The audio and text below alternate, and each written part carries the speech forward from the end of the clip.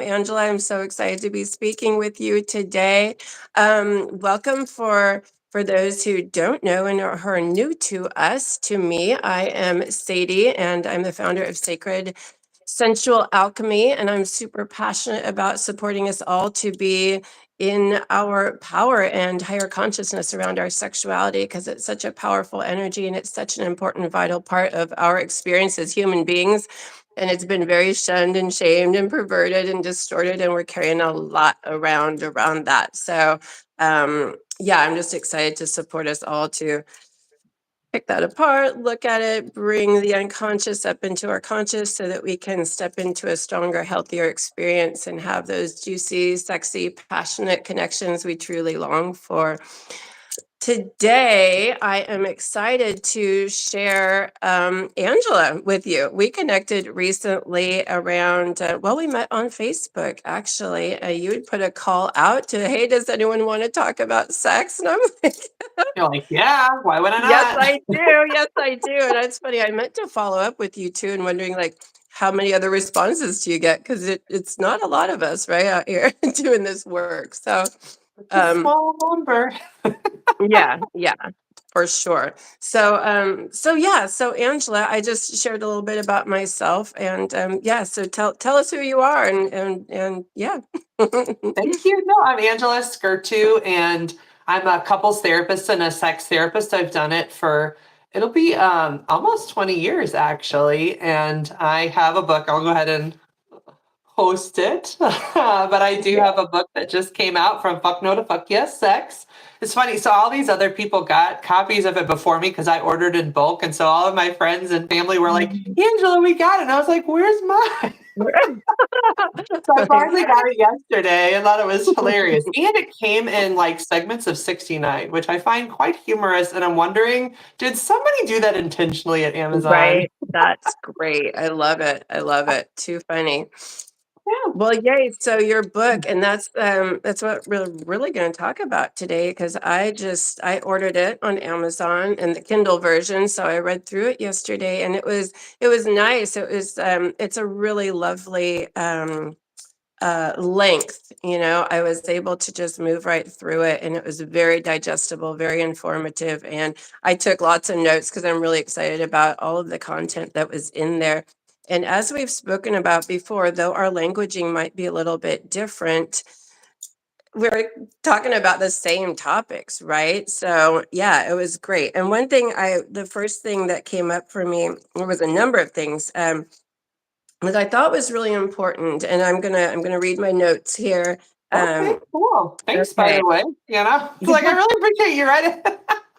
Yeah, It's I dove in, and there was so much. I'm like, oh, let's talk about that. Let's talk about that. Let's okay, talk about cool. that. Okay, this is from out of the book. This book focuses on personal, and maybe not fully quoted, personal mental relationship with sex, and more strategies will come later. So it's more about the mentality that we have around sex, which is a huge piece for me. I don't teach about strategies. It's not how to, or tips and tricks of how to have a better orgasm, right? How can we move into that space if we haven't done the interpersonal work first, right? It doesn't Mhm, matter how well you turn her on if your mind isn't in that right space, right? And if you're still dealing with your own, if you're checked out, mhm. right? I mean, there's so many. So tell us a little bit more about that. Yeah, absolutely. I was thinking, and this is where when we were talking earlier, we had some similar ideas, right? Like, I think there's a mind body connection that a lot of people are missing. And I know that you do a lot of that with your work too. And essentially, yeah, so I do the strategies, the tips, and the tricks, right? Like, that's, it's fun. I understand that that's some of what people are hoping for. But Right. in this first book, it's the start of a Open Bedroom Doors book series, right? And the first thing I want to do is just get your brain in the game and get you thinking about like, how do you create a less negative relationship with sex mentally? Because there's so many people that so they're essentially trying to do different sexual things, but they're not, their mind isn't in the game. And it's creating harm unintentionally, right? It's kind of like you're dissociative and doing these sexual things with your partner. And like it's hard. Like, I always see this stuff in Cosmo, like tell them what you want, and it's like, well, how do you tell someone what you want if you're not even in your body and Yeah. mind as you're having a sexual experience, right? Like, so that's what I'm really teaching people do is go from like a negative mindset to a bit of a more neutral mindset. Like, okay, how do you just create a neutral relationship with sex so then you can actually figure out what's happening in there when you're doing different sexual things. Yeah. And then you're learning to feel more comfortable in your body and actually tell a partner what you want, which you had talked about that earlier, right? Like, so what are ways that you also work on this mind body connection? Because I know that's like tantamount to some of your work, right?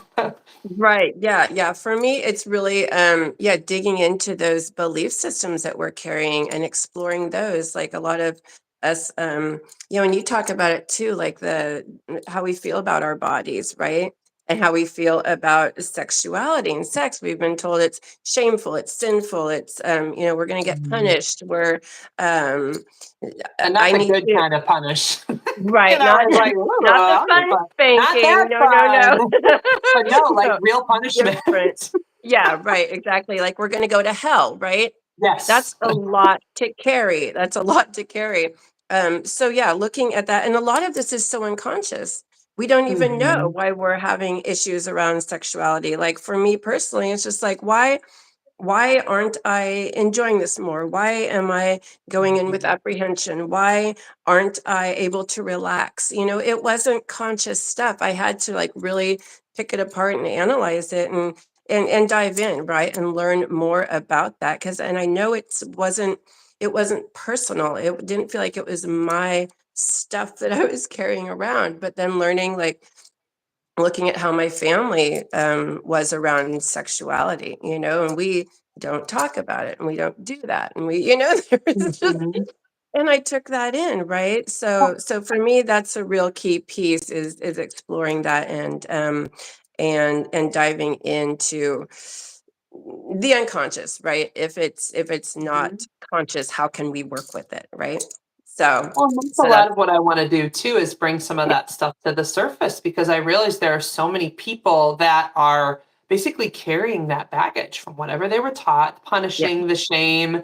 And so then that baggage is in there in the bedroom with you while you're trying to be sexual. And it can be as simple as you're not allowed to talk about this. A lot of people, that message was taught that you're not allowed to talk about this. So then again, right, you're being told, hey, just tell them what you want. If there's baggage that you're not supposed to yeah, talk about this, like if you grew up in a family that was quiet all the time, you've been modeled, like it's not okay to talk about this. So then you have to like unearth essentially that baggage in yeah, order to start talking and being like, oh, okay, it's okay to talk about sex. Now I can tell you, hey, can you try this or this in the bedroom? So like the tips and tricks don't work if you can't even speak. yeah. That's So, that's the thing. That's where I come in. I feel like I'm like more at the ground level, and those things are great after you've done the personal work, right? So yeah, yeah. and that's why I really appreciate this book because it was just that's where it starts. Like, let's address all Mhm. of that first, right? And then something that just came up for me as you were talking there, it's the other mindset or the things that can really get us hung up is, and I wrote many notes on here is, oh, I see it right there, the prototype of desire. What is sexuality supposed to look like? We've grown up in these Hollywood movies where you say, a man, this is so great. I wrote this down. A man grabs a woman and flings her across the bed, kissing her body quickly as he rips her clothes off, dot, dot, dot. And they both orgasm gracefully and forcefully together, right?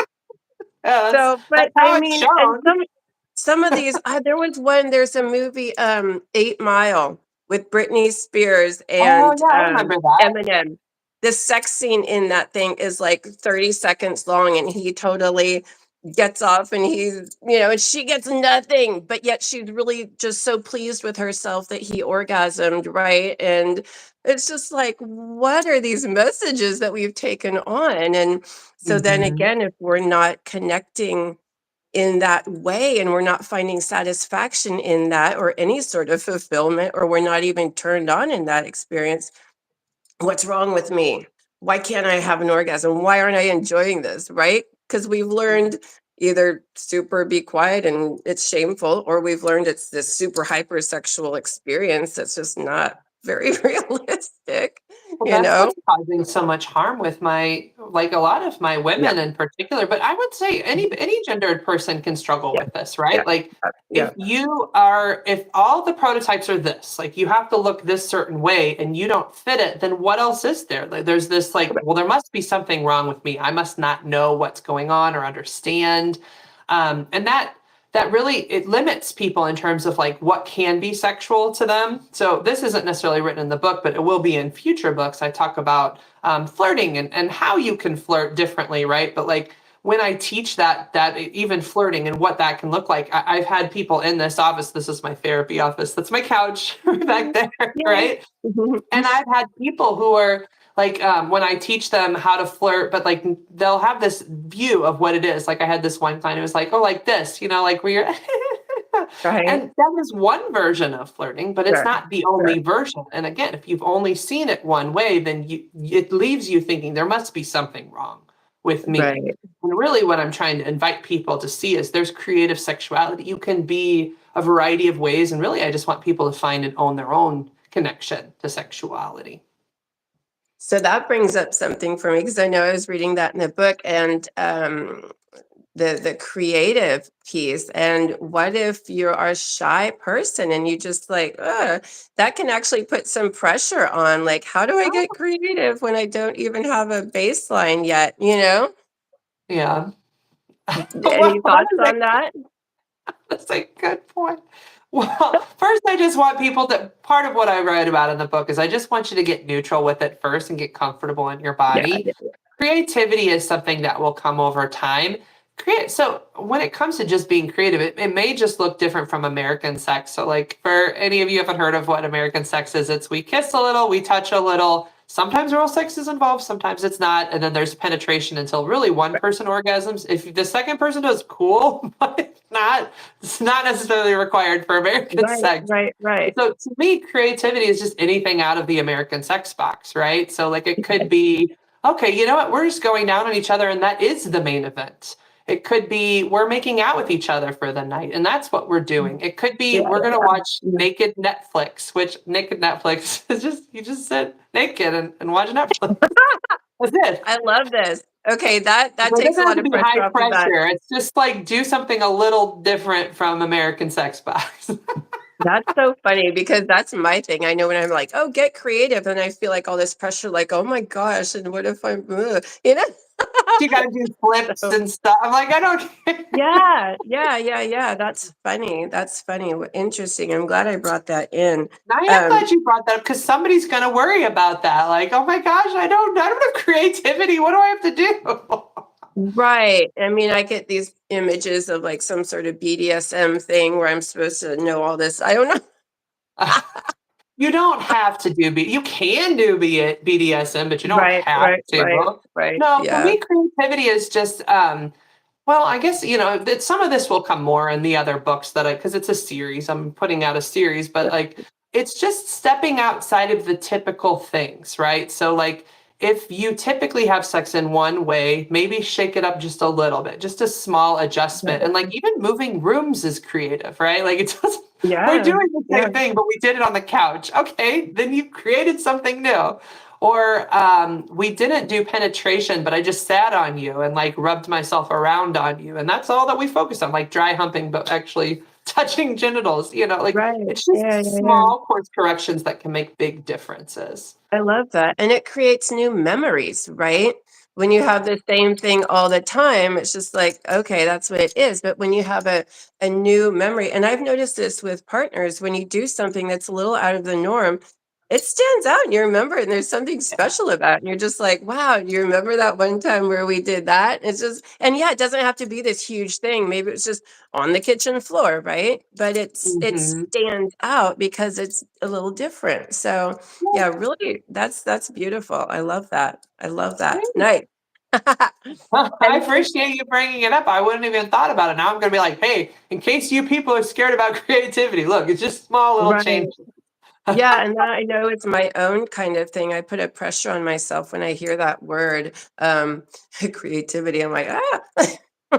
Well, I'm So curious what your thoughts are on this. So, like, that pressure is something I deal with a lot in my sessions. So, how do you see people putting pressure on themselves sexually? performance, you Okay. know, especially for men, because I've worked with a lot of men. They have to be, it's that just ready to go all the time. The stereotype is that men are just ready for sex always, and it takes nothing to get them turned on, right? Like they're just ready to go Mhm. and they want it in this certain way, which really isn't necessarily true. So they've bought into that the culture as well of what the norm is supposed to look like. Um, yeah, and there is a real issue around performance and being able to maintain an erection and how long can I go or how long should I be going and is my partner enjoying this, those types of things. So yeah, there's a lot of pressure around that for men, a Yeah, I lot. appreciate you And bringing needing that up. yeah, and needing to take charge, right? Women want the men to take Mhm. charge. Or on the flip side, being scared to take charge because they don't want to be that guy, right? They don't want to be the one Yeah. that's too aggressive or that's not being sensitive to a woman's needs. So then there's like no polarity, and then and there's just all this kind of it's very passive, right? And nobody is taking Mhm. charge. So you need I some definitely polarity see in a that. in a relationship, right? You need a polarity, the giver and the receiver, and you can flip those roles around too. But if both of you are just like waiting to receive and nobody's like making a move, it's hard to create that passion and that dynamic, right? So that's an important piece. But I see that a lot with, I think, and men just not reaching out to women or like asking them out on Mhm. dates, even because they don't want to be the aggressor. There's been so much stigma and weirdness around that, right? So yeah. Mhm. I have a There's lot to say about this. I was like, that's so interesting. So thinking about this creative sexuality piece for men who are struggling with ED, if their American mindset is like, that's the American sex box, like I have to penetrate. That's the only thing that counts that I Mhm. do. Then Yeah, as soon as they're having erection issues, I mean, think of how much pressure that's putting on them to yeah, perform. So yeah. creative sexuality could look like, all right, well, my erection's not here today, but I have other parts of my body I can use. So how do I create pleasure with my mouth, my hands? Um, for example, even with the women can take it on and think, well, that's the only way sex can happen, right? So if his erection's not here, we can't do anything. But as a woman, if you're with a guy who is having an erection issue, well, guess what? He's got other bones in his body. You can grind on anything you like. I'm just Wow, I just to love throw it. it out there. Like Right? Yeah. creativity is a willingness to roll with the punches and try different things, whatever that means, right? So, like, yeah, you could grind yourself on his back. You could use his hands, or he can use his hands on you. There can be mouths. There can be like a sensual massage where it's not even about your genitals and it's just about slowly warming the body and making it feel good. So, my creative sexuality model essentially breaks things down into your whole body is capable of giving and receiving pleasure.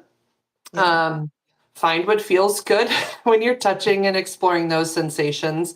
And orgasms are your choice and your responsibility.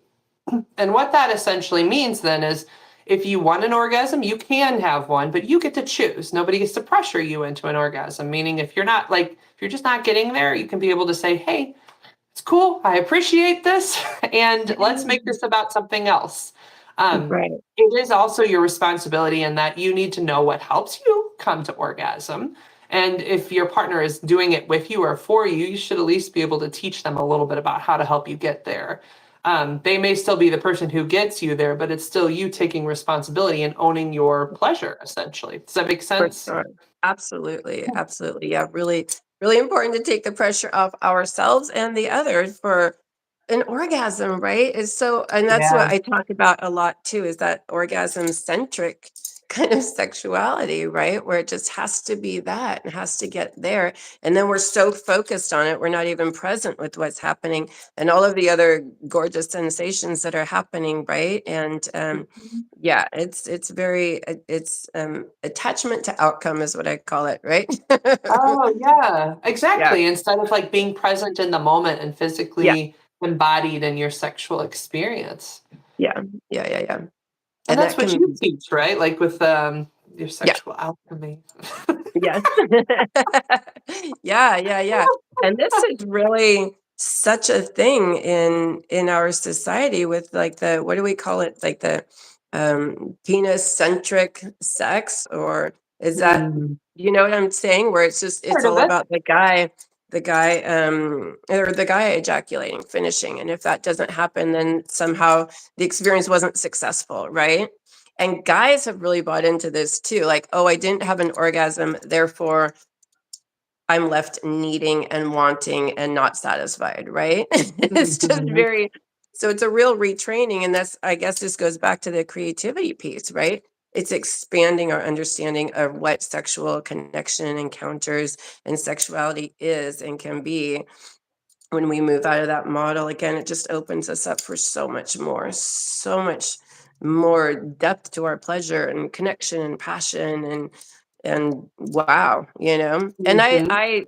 I encourage people to do a self-pleasuring practice daily to connect with their sensual energy and to open it up for themselves and to leave the orgasm piece out of it, right? How can you Mm. just really connect to your pleasure and get very present with your body without any pressure on having an orgasm or completion, and even stopping before and then letting that energy just circulate throughout the day and enjoy it. So that's part of the retraining, right? The moving out Yeah. of that one model, that one I model we've agree. been given. Yeah.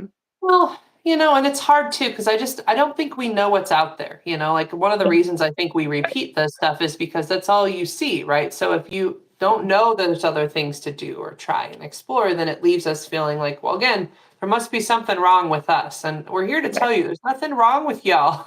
There's just Mhm. like that No. model isn't working for a lot of people. And where it really shows Right. up is when people start having sexual problems. So you brought up ED. It's one of the many problems that people face sexually. Mhm. So one Yeah. of the things I'm hoping to do with my series, the Open Bedroom Door series, is to explain to people that really sexual problems are a part of life. And when people can really learn to embrace this creative sexuality that your whole body is capable of giving and receiving pleasure, then you can Mhm. actually be sexual and intimate in a variety of ways, even when parts of your body say, no, I'm not working anymore. Whether it's a Right. penis or a vulva, because vaginas actually can have painful intercourse, for example, or there are different times where they atrophy. Like there's all kinds of stuff that happens. Right. Or Right. even Right. like if you think of like breasts, if breasts were a part of your intimacy, well, there's times when people experience pain there and they're not interested in that. So when you Mm-hmm. learn to treat your whole body as capable of giving and receiving pleasure, then really the sky is the limit and the problems don't have to hold you back anymore. They just become part of life as opposed to this big stopping point, which is what ends up happening, right? Like my couples will come in here because somebody's having a dysfunction or a problem. And I'm not saying that there aren't like medical things to do to help with those or to manage them, but even with them, I don't want people's sex lives to completely shut down simply because somebody's having an erection issue or having painful intercourse. I want them to have a variety of ways of experiencing pleasure. And that then allows them to keep up intimacy even during times where parts of their bodies just aren't working the way they want them to. I think the word you used right there, issue, was I think important because I find the word and it's I try not to use this word at all. The problem word, right? There are no Yeah, problems. There's just situations that we're working with, or maybe like something we that. consider challenging. But to label problems, like yeah, Mm. so Well, it's definitely not sexy, I guess. Problem. yeah, well, and I mean, this was when I was in social work school, because that would come up a lot. And it's just like, if we're labeled with problems, then it's like something to overcome and there's something wrong and like a different mindset, right? So I'm just, yeah, I like the word issue a lot better, or challenge, right? Maybe just Yeah, something to work with, right? But yeah, because it's yeah, yeah, some of these things are just parts of life and just part of a human body, right? Like yeah. we just have things that go on, that's Mhm. but it's very natural and normal. And yeah, I guess that comes back to too, like there's you talked about it yourself, variety in this in the book, right? All of our bodies are so different. Again, we've been told like, oh, I'm supposed to get wet when I'm turned on. I personally don't. I just never have really. And I can be as turned on as could be. I can be having orgasms, but I'm just not. So I used to think there was something wrong with me, right? Because I wasn't behaving in the way that showed up in movies, right? So, but Mhm. after, again, my own exploration and going on my journey, it's just like, that's just how my body works. I don't, what am I going to do about that? So let's Work with grab what some you lube got. and we're good to go. Oh, Well, I like right? your changing there of like situation. It's like, all right, this is the situation. How do we work with what Yeah. we've got? It Yeah. does make it more problem solving or solution Yeah. focused, I might say, since you're like, you don't Yeah. like problems, like solution focused of like, okay, here's how my body's working. Here's what's going on. Like, here's an example. I actually was on the Senior Moment podcast a while back, and there was a guy who wanted to tell us that like sex changes as you age, like your body works differently. So you have to like change your mindset to keep having sex. And I Yeah. thought it was really sweet, like hearing like they had taken interviews from people in the residential facility, and but I was thinking about that, like people who have a good relationship with sex, like that, like, hey, this is part of the natural ebb and flow of life. Those Right. are Yeah. Yeah. people Yeah. who, when things happen, are going to still find a way to be intimate. But if you have this problem centered mindset around sex, Yeah. like, oh, there's something wrong, why am I like this? Then sex stops and you lose intimacy with your partner because of it. Mhm. Absolutely. Good. I'm glad we talked about that because I think it's a real thing because a lot of people feel like they have these problems around sex. It's like, well, some of it's you know, just situations. Yeah. Part of So life. I love that. Yeah. Excellent. So good. So good. Um, wow. This has been a great conversation. I know we've Yay. talked about a lot of good things. I guess Yeah. we've had about 20-ish minutes, 26 minutes. Do we want to Okay. do like a final, like tell everybody where they can find us? And then maybe we'll do this again sometime. I love it. No, I would love to continue this on. I have many more notes that we can talk about for sure, but this is a really lovely little bite-sized chunk and a nice introduction, but I would love to continue the conversation for sure. So for everybody watching and for the people that are here right now, there's a couple of people here. So I don't know if you can see that from your end, Angela. Again, Okay, great. That's hi. so nice. Glad So you're here. welcome everybody. Hi. So nice. So nice.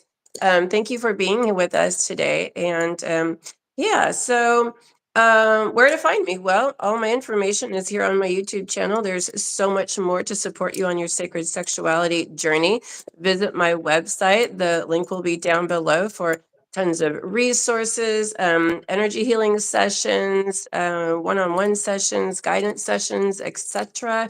There's a blog on there. There's so much going on. Oh, programs and pilgrimages. I'm really, really passionate about leading us on pilgrimages around the world to connect with very powerful energy sites on the planet to really support our sexual healing and awakening. So, yeah, do check that out. And Angela, where can people find you and connect with your book?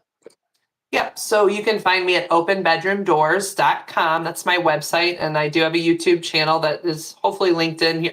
I'm not sure how the live stream works, but I We're think we're going to find connected. out, right? Yeah. Yeah. So openbedroomdoors.com. The handle is openbedroomdoors for YouTube. And you can find my book, From Fuck No to Fuck Yes Sex, on Amazon.